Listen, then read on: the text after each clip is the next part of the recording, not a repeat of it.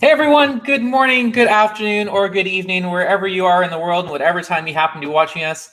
For our live viewers, welcome. Thanks so much for joining us. Please ask questions and say hi in the comments. For those who are watching afterwards, great to have you. Happy to have you back for another Ask an Expert. Today we have a fantastic guest, and to introduce him, I'm very happy to introduce and welcome back IKEA Foundation CEO, Per Hegnes. Hey Per, over to you. Thank you, Ryan. Hello everyone, and welcome back to Ask an Expert. Every year, more than 20 million young people enter the workforce in the global south. They're eager to get started, and they have skills, and they want to put to use, and they're impatient for the right opportunity. But unfortunately, the formal job market doesn't offer opportunities at this scale, and therefore, the majority of these young people will have to create their own jobs and find livelihood opportunities in the informal sector. They will have to become entrepreneurs. So we know that successful entrepreneurs help create vibrant local economies. In many communities, entrepreneurs play important roles because they develop job opportunities and address social and environmental issues. But entrepreneurs often face overwhelming barriers to starting and growing their business. And this has not become any easier during and after countries were hit by the COVID-19 epidemic. So at the beginning of this year, IKEA Foundation embarked on a groundbreaking initiative to create a thriving national ecosystem for mass entrepreneurship in India by working with an organization called the Global Alliance for Mass Entrepreneurship. Together with us in this effort are also the Gates and the Rockefeller Foundations, as well as the Omidyar Network. The Alliance, shortened to GAME, nice name, right, was started by my guest today, Ravi Venkatesan, an accomplished businessman who has now decided to spend the majority of his time to help young people find purpose in their lives by becoming successful entrepreneurs. So Ravi is a former chairman of the Bank of Baroda, where he oversaw the turnaround of India's second largest public sector bank. And as a co-chairman of Infosys, the famous Infosys company, service company, he helped steer the company through a challenging set of transitions. Prior to this, as chairman of Microsoft India, Ravi helped build India into Microsoft's second largest presence in the world. And listen to this, he was also instrumental in creating Microsoft India's Project Shiksha, a computer literacy program which has so far trained over 40 million school children in India. Ravi is also UNICEF's special representative for young people and innovation. So I could really go on and talk about Ravi's accomplishments, but let's rather spend the time listening to Ravi talk about his new exciting venture.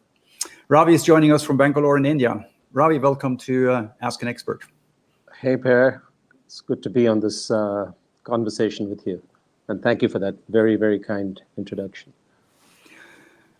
So Ravi, what is this idea of mass entrepreneurship, and how is it relevant in the context of emerging economies such as India?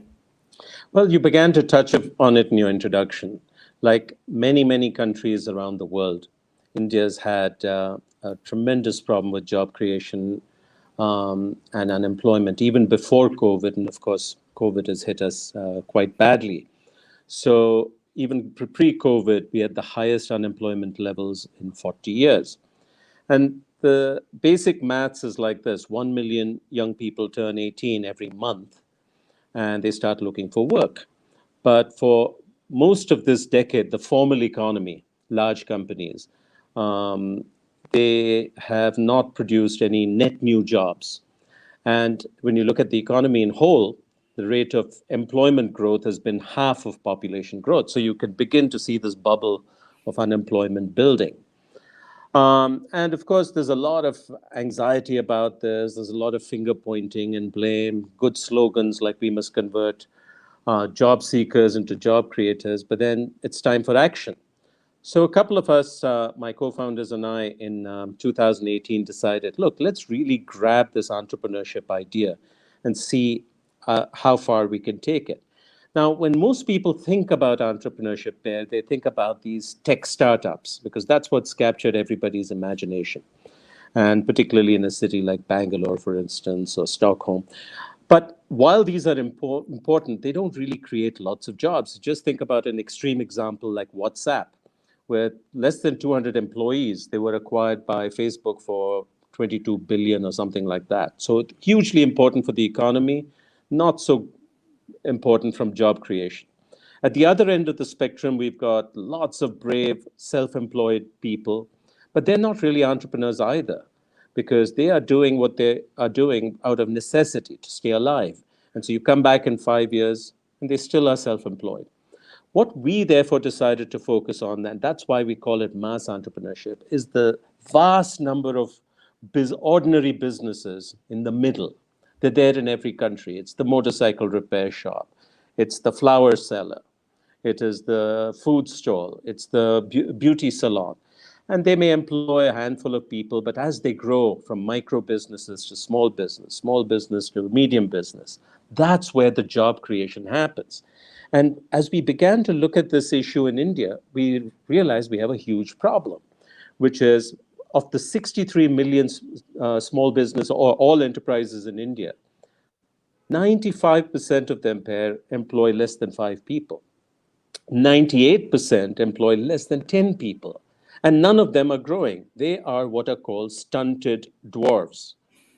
And that's why no job creation is happening. So we need to find a way, we decided, to see the creation of a whole new generation of enterprises that start out formal, are capable of growth, and as they grow, they create lots of jobs. And specifically our goal, which is what you've decided to bet on as IKEA Foundation, is to see if we can create an entrepreneurial movement that results in 10 million new enterprises, at least half of which are women-owned. Today, that number is 4 or 5%, and that they should create at least 50 million jobs, if not more, by the end of the decade.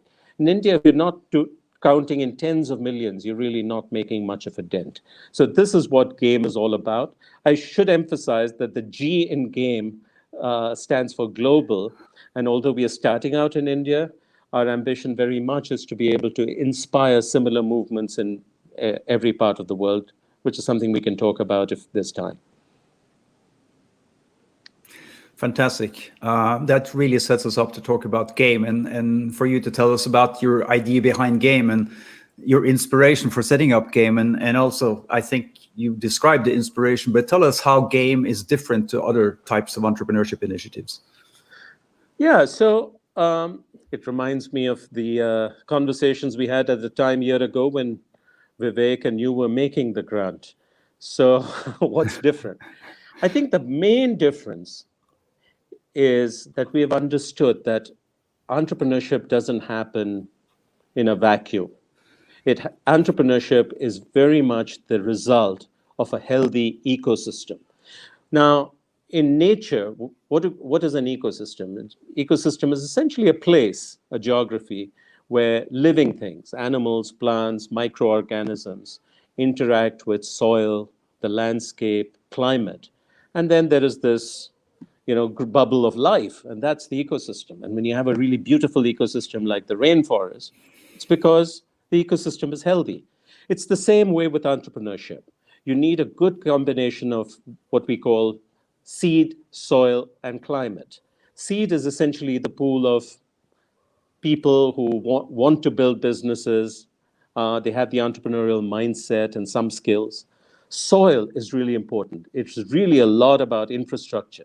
Does that place, that city, that town, does it have good physical infrastructure like roads? Does it have digital connectivity? Does it have access to energy? Do you have market linkages? And is there some access to finance? And then finally, there's climate. And climate is about 2 things. One is, how easy or difficult is it to start a business and run a business? How much corruption is there? Is it limited or is it unbearable? And then it's about culture. Culture is hugely important, we've learned. If there are already successful entrepreneurs, they become role models, they become mentors. If you're the first generation, it's harder. What does the culture say about entrepreneurship and risk-taking? When a young person wants to start a business, does the family knock them on the head and say, hey, stop this, go get a government job? Or do they encourage him or her to go take a risk, even if they fail? So these cultural factors are very important. So what we've learned is, unless all these factors come together in a place, you don't get a flourishing of entrepreneurship. And Per, this is why it is so hard to replicate or clone a Silicon Valley, a Bangalore, or as I said, New York, Stockholm, whatever. It is a very organic process. And also, it's the reason why these simple interventions don't work. Somebody says, look, let's set up a fund for these things. Sure, it's a good idea. On its own, it's going to do nothing. Let's set up an incubator. Let's set up training programs. They're all good, but in isolation, they don't do much unless you bring it all together, which is what we're trying to do in GAME in a very intentional way. You don't get a flourishing of entrepreneurship. Is that clear? I don't think anyone's done it before. I must tell you something. When I went to my old boss, Bill Gates, and I pitched this idea, this is actually Valentine's Day 2018. He said, let me think about it. It sounds very ambitious and complicated. Then nothing came back for 6 months. Then he says, we're going to fund it, but I don't think it's going to work. Oh, that's encouraging. Well, that's typical Bill, because he likes to get you to work harder to prove it wrong. So, but no one's done it, and that's why it's so exciting. Okay, so that was his... Go ahead. His motivational speech. That was his motivation. It was his encouraging Valentine gift back to you. Okay. So you talk a lot about entrepreneurial mindset, and can you explain to us, because you say not everyone can become an entrepreneur, but of course everyone needs or should have an entrepreneurial mindset. Can you talk a little bit about that? I think this is a hugely important question for our times. When you think about what are the attributes of a successful entrepreneur, there are 4 or 5 things that usually are there. The most important thing is that they have a sense of agency. They have self-belief. No matter what background they come from, how difficult the socioeconomic environment is, they have a belief that they're more in control of their destiny than the others think they are. And they believe they can succeed, and they start out taking some steps in that direction. This is one of the most fundamental things. The second thing is entrepreneurs see opportunity in problems where other people see problems and opportunities.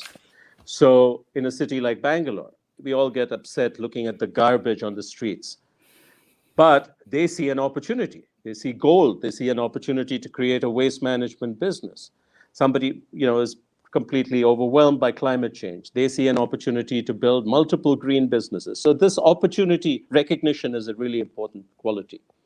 I think a third thing is the most successful entrepreneurs are very persuasive. You have to be persuasive because you have to hire the first few employees before you have any business. You have to sell your customers to give the first order.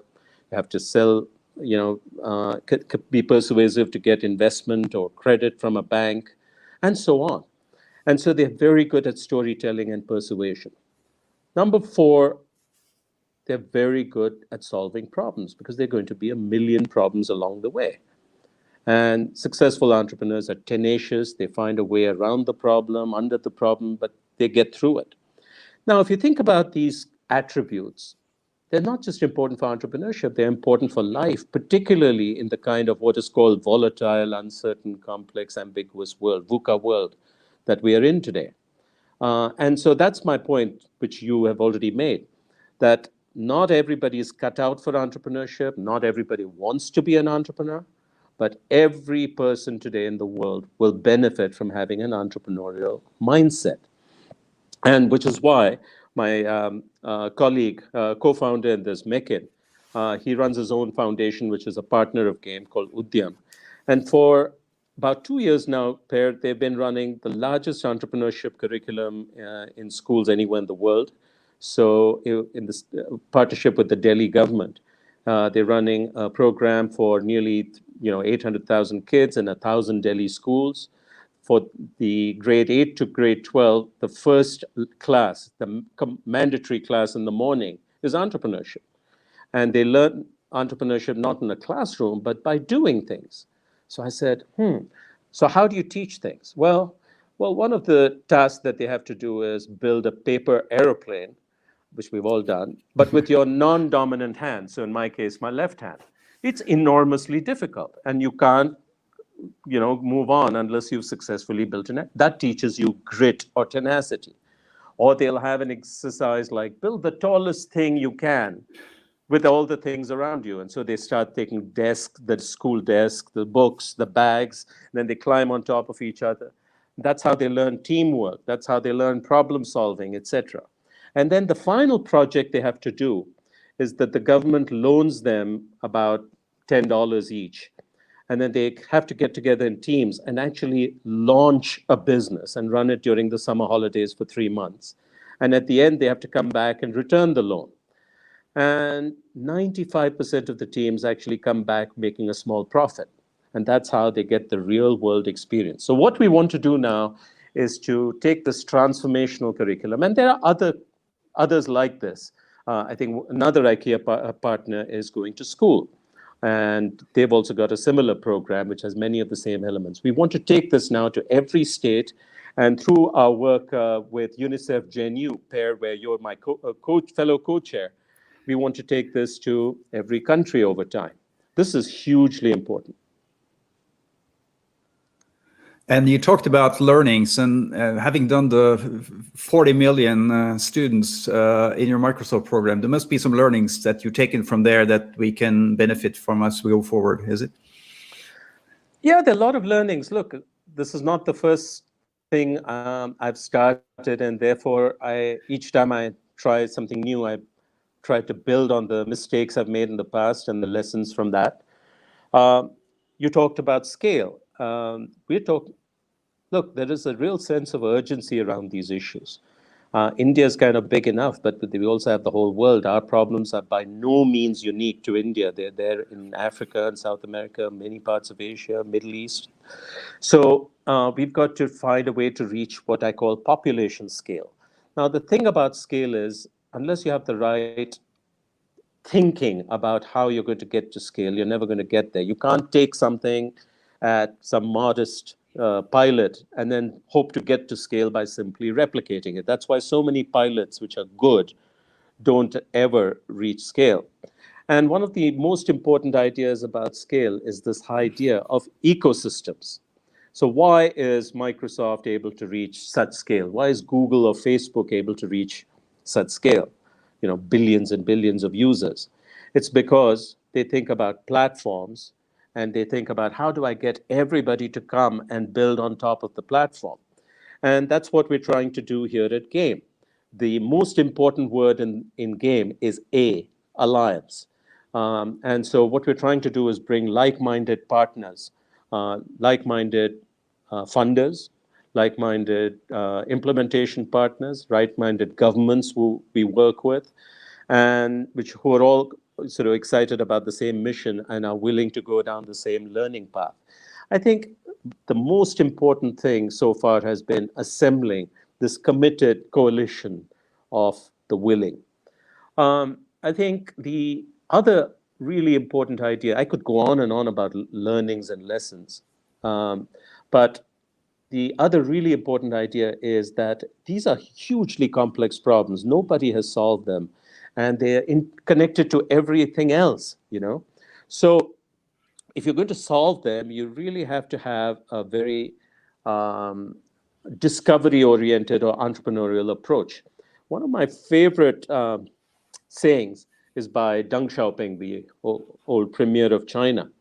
And he used to say that you cross a river by feeling your way across the stones.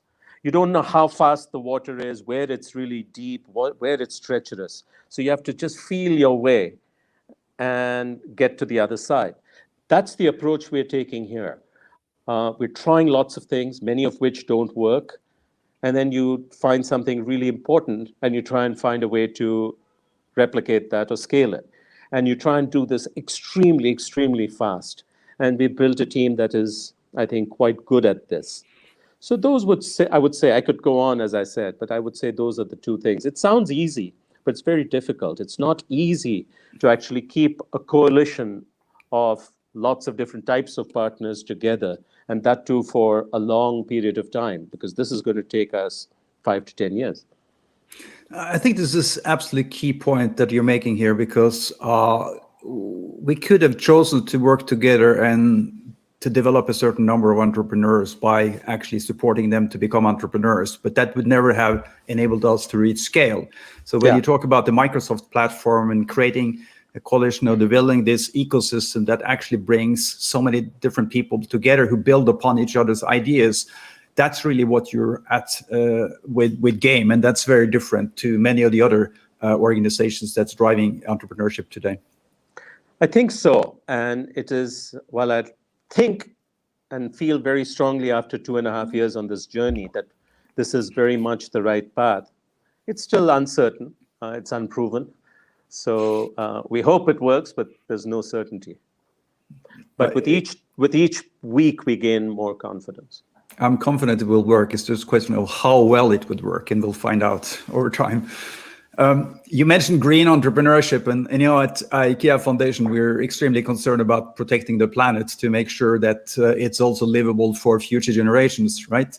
So we prefer to then support partners that are focused on helping the world develop within the planetary boundaries. And what potential do you see for what we can call, for lack of a better word, green entrepreneurship?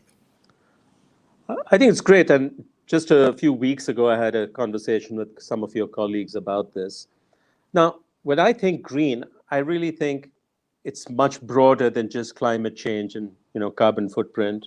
It's of course that, but it's about, you know, sustainable packaging, recycling, sustainable consumption, and it's the whole thing. And when you think about that, the scope is just enormous. People have done some estimates, and they say it's a multi-trillion-dollar economy in just green. And you can think about that, right? So some of the businesses will be very technology intensive, R&D intensive, and require breakthroughs.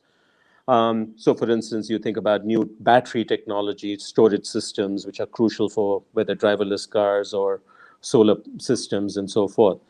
Yeah, that's fine. That's one kind of business.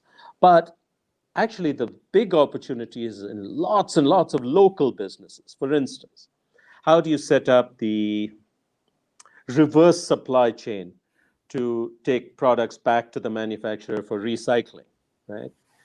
And that's a pretty local but quite scalable business. How do you set up marketplaces that allow people to exchange things? This is an idea I'm working on as a pet project with a young entrepreneur, which is how people exchanging used clothing or used appliances, etc., which are perfectly okay. And it's just that you've got too many of them, or you've outgrown them, or something. There's with Rockefeller Foundation, there's this enormous moonshot project on distributed solar energy. And we look at what are the opportunities out there. Well, there's not only direct opportunities to set up these microgrids and operate and maintain them. That's a franchisable business opportunity for entrepreneurs. But every time you set up a microgrid and enable energy access, immediately there is lots of local micro enterprises that begin to flourish. The first thing that comes up is a cold storage unit. And so you can franchise that. You can set up lots of these kinds of businesses. So I think this is extraordinarily large. We haven't yet applied our mind enough in Game to this agenda. We will. Our conversations with your colleagues is pretty early, but I think it will happen. I think the foundation needs to do a few things, though, Per, if you're really serious about this green entrepreneurship. First is, I don't think people are thinking enough. It hasn't captured people's imagination. So one of the things I'd suggest is, can we think about an IKEA prize, if you will, that identifies and recognizes really, really cool or good green businesses, and that captivates, inspires other entrepreneurs to follow. I think there is probably an opportunity for setting up some sort of an X Prize type of grand challenge, if you can carefully frame the problem. But more importantly, I think the ability to bring together communities of these entrepreneurs, inventors, tinkerers around green business, I think is powerful. And of course, then we need to be thinking about how do we set up these innovative finance structures that will fund these kinds of businesses. But I'm hugely excited, and I think this is something we should take up in Game, and I think we should certainly take this up in GenU. Absolutely, to be continued. I don't think we can have this conversation without touching upon the big topic, which is COVID and the pandemic. And for many people living in the global south, their first concern may not be so much about being affected by COVID, but rather about making the necessary income to feed their families or pay their rent, because the pandemic has caused a major breakdown in many informal economies, and this has really affected lives and livelihoods at scale. So what is the current picture, in your view, in terms of impact on small entrepreneurs during these difficult times? It's a great question, and I can only answer from an Indian point of view, Indian context, because I haven't spent much time understanding the rest. But again, extrapolating, I think the issues are not very different. So when COVID hit in late March in India, the government decided to impose a very, very severe clampdown for many weeks. It was about 7 weeks or so. And that proved to be extremely, extremely challenging for all businesses, particularly, as you say, the small informal businesses, which are 90% of all businesses. And at that time, went on record multiple times to saying, like, unless we do something, we're going to see a mass extinction of these businesses. And somewhere between, I estimated about a third or more would shut shop and not reopen. And that's when what we did was put together a task force to think about what is it that should be done. Typically there's a lot of good intentions around saving these enterprises, and there are government programs, policies, etc. announced. But the problem is, by design, they don't reach them. When 90% of them are informal and they don't have a banking relationship, okay, they don't even have a bank account, they don't borrow, then a government program for extending working capital doesn't even apply to them. It's of no use, okay? So we found that the existing schemes were not reaching them. And the last time we'd been doing these, every 6-week kind of surveys. In our last survey, which was about 6 weeks ago, we found that about 75, 80% of the businesses had run out of cash. They were dipping into their personal savings, friends and family to stay alive. And by that time, more than 10% had already officially closed. We don't know what the real data is yet. So it's really quite catastrophic for these businesses. We think about going online. Well, that's easy to say, but most of these businesses aren't online. They don't have reliable access to the internet. They don't know how to access marketplaces like Amazon or Flipkart or whatever. So it's of no great, it's going to take time, and by that time it's too late. So if you ask me what I think is going to happen, I think this is like a forest fire. When a forest fire goes through a forest, it kills off all the weak, the undergrowth, and all that. And then a few trees are left standing. But the good thing is it recycles all that, the elements. And if the conditions are right afterwards, you get a new forest, which is much healthier. And what we're trying very hard is to work with a couple of state governments to create the conditions where the new growth of SMEs is much hardier, much more able to grow and be productive. Did I answer your question, or did I ramble? Oh, I thought it was pretty close on. Absolutely. Thank you. And you covered the national task force. We don't need to spend more time on that. So I'll take it to the different question instead. Because we've seen that the crisis is a situation that both disrupts, as you have described, but it also creates new opportunities.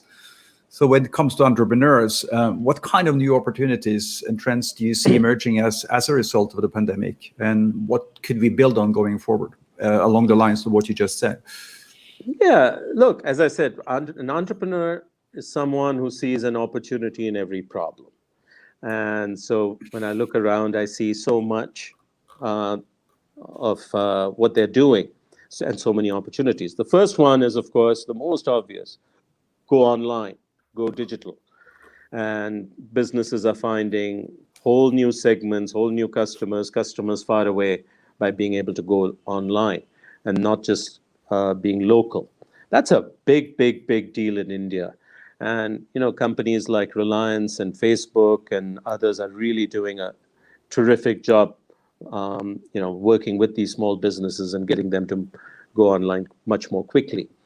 I think a second thing that's happening globally, and is certainly happening in India, is re-industrialization.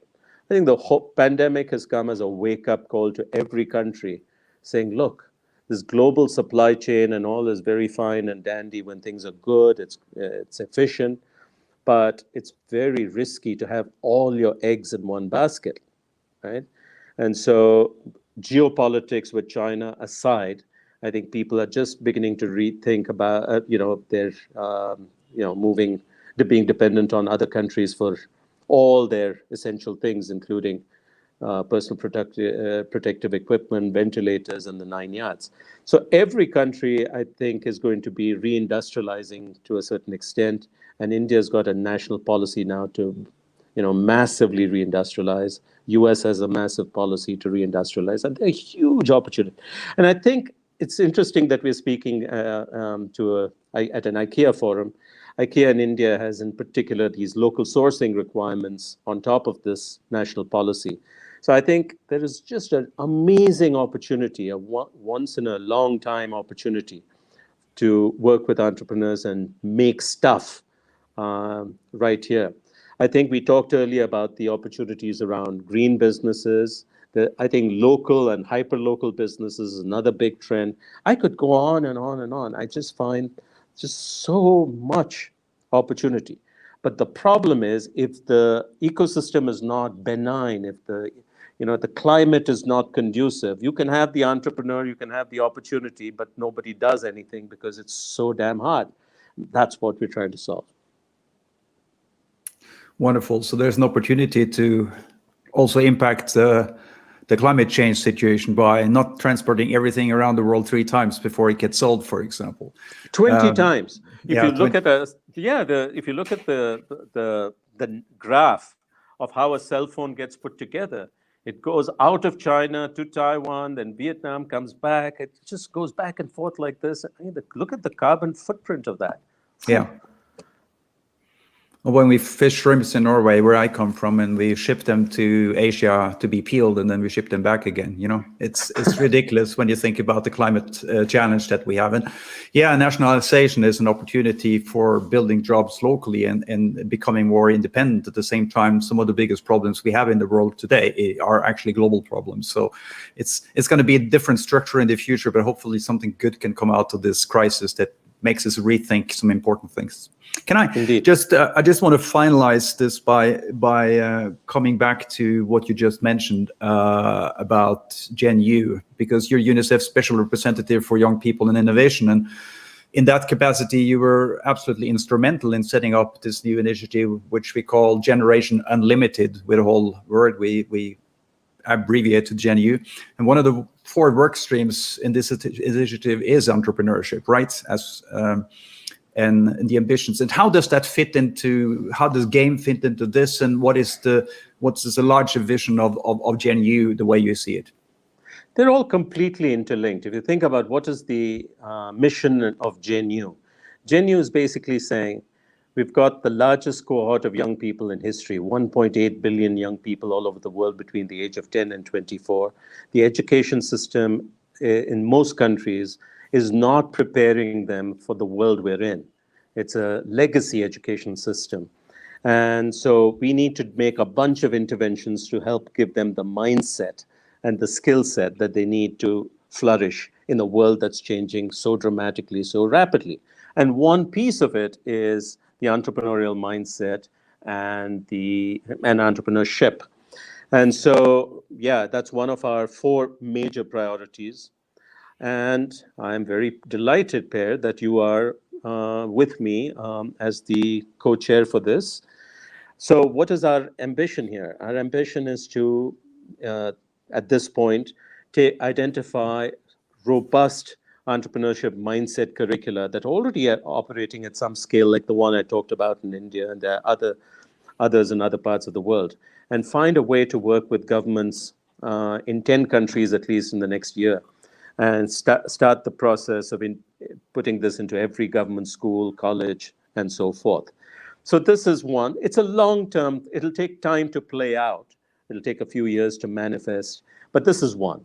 The second thing is to try and see if we can start similar ecosystem-oriented approaches in every continent.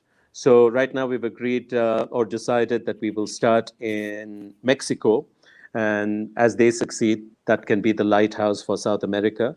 We want to start in Kenya, and as they succeed, that can inspire other people across the continent of Africa. We probably need to start something in the Middle East. And I also think it has great relevance to populations in wealthy countries, including the Scandinavian countries, Germany, France, which have very large displaced populations.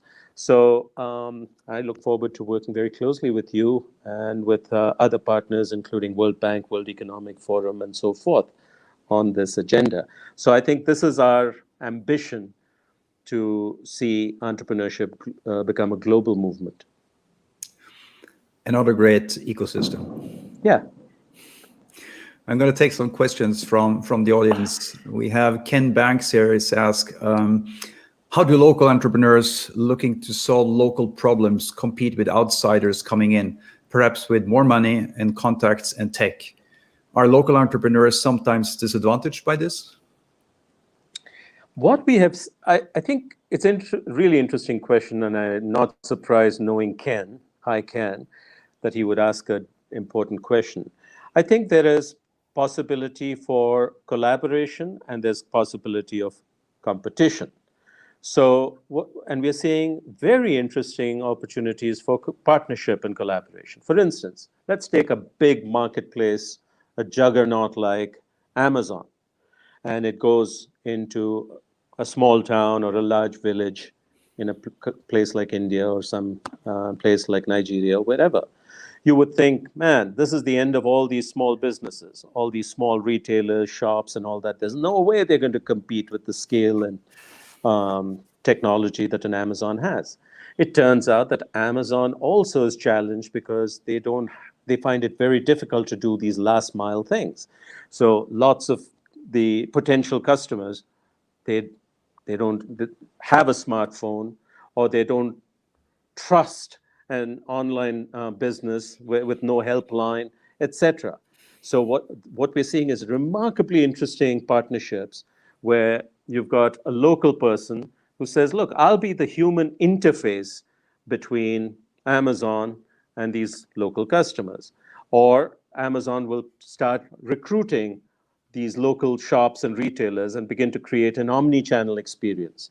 So I don't necessarily think it has to be a competition and either-or phenomenon.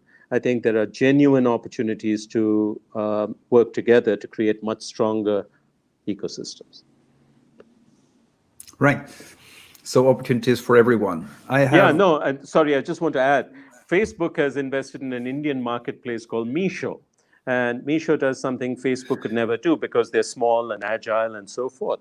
They help particularly women entrepreneurs who have local produce of different types, handicrafts, foods, artisanal things, sell all across the country and all over the world. It's sort of like an Etsy, but very, very much more customized. So I think you've got all these ways of local not getting overwhelmed by global, but actually finding customers more globally.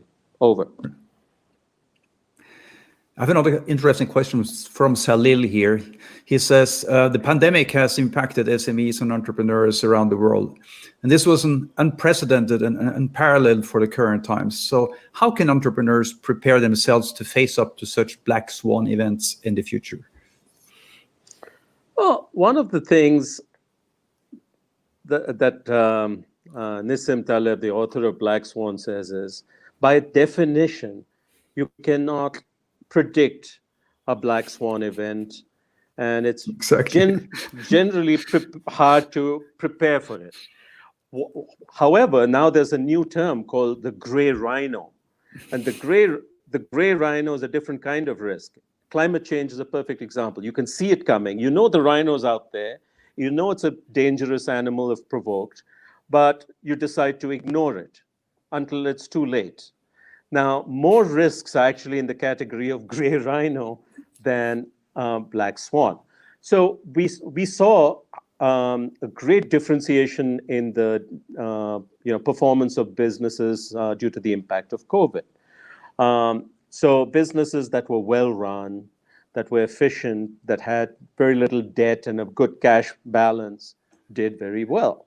Businesses that had both physical channels as well as online were able to go online much faster, and so on and so forth. So as Warren Buffett says, when the tide goes out, you really see who's swimming naked.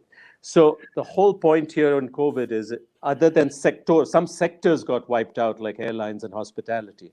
But for the vast majority of businesses, it separated well-run businesses from really badly run businesses.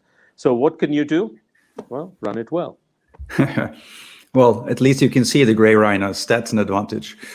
I have time for one more question. And Wahid and Basarat are asking about the opportunities to collaborate with GAME, particularly on sustainable ecosystems. Where are they? Where they are. It matters. If they're in India, we can collaborate more easily. Sounds Middle East to me. Okay, what are the opportunities? Well, we have a very, very good website. It's called www.massentrepreneurship.org. We put everything out there, everything we learn, all research reports, everything is open source and available. So first start by going there and learning all that you can.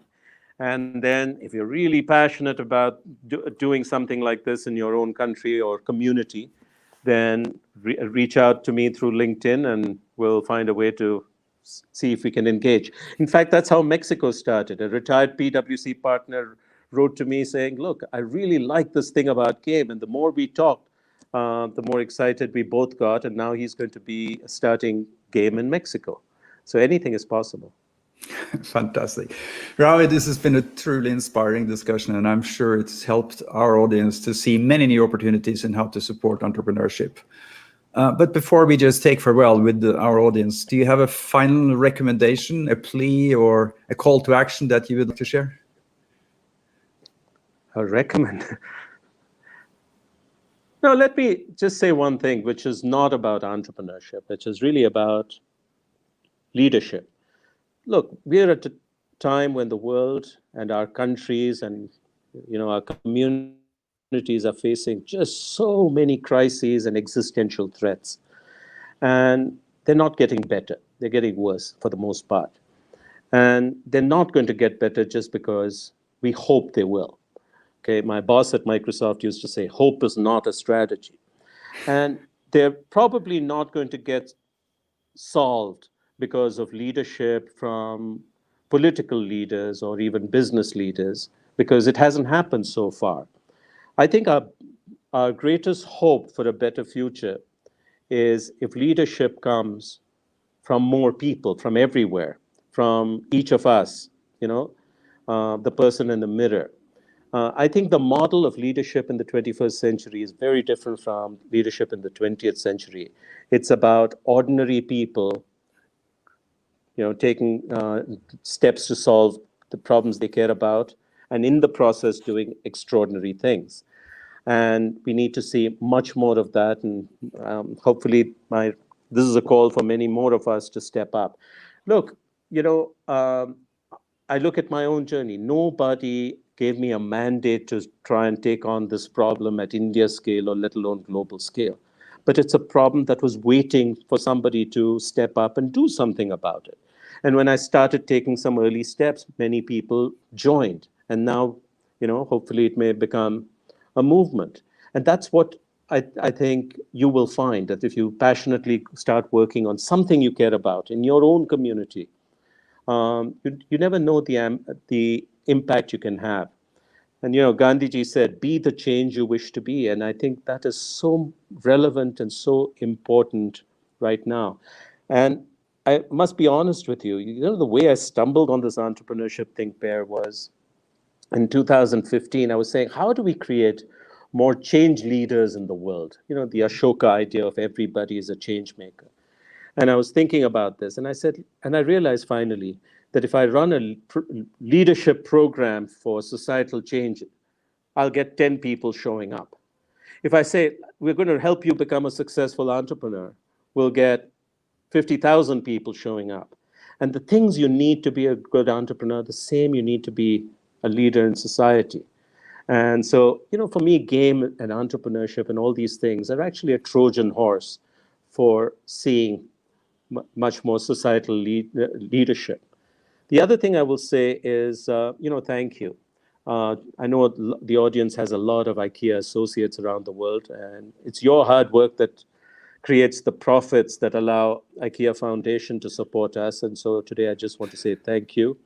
And also I want to say Happy Diwali. It turns out to be the Festival of Lights in India. And so I want to wish everyone good health and peace. Thank you so much, and happy Diwali to you too. And I think just stepping up, taking charge, and do it seems to be the story of your life. So thank you very much for being on Ask an Expert, Ravi. Really appreciate it. Have a wonderful Diwali. Yeah, thank you so much, Per. And to all the audience listening in, and if you're interested in hearing more about the huge opportunities represented in the fast-growing Indian marketplace, then I would recommend you to check out Ravi's book, which is titled Conquering the Chaos, Win in India, Win Everywhere. Thank you. Thanks, Ravi. Thanks, Per. And talk about an inspiring discussion. I could probably listen to you guys go on for another hour or so. Unfortunately, we're out of time, but really, really inspiring and super interesting. Lots of great content, comments, so I know our audience thought so too.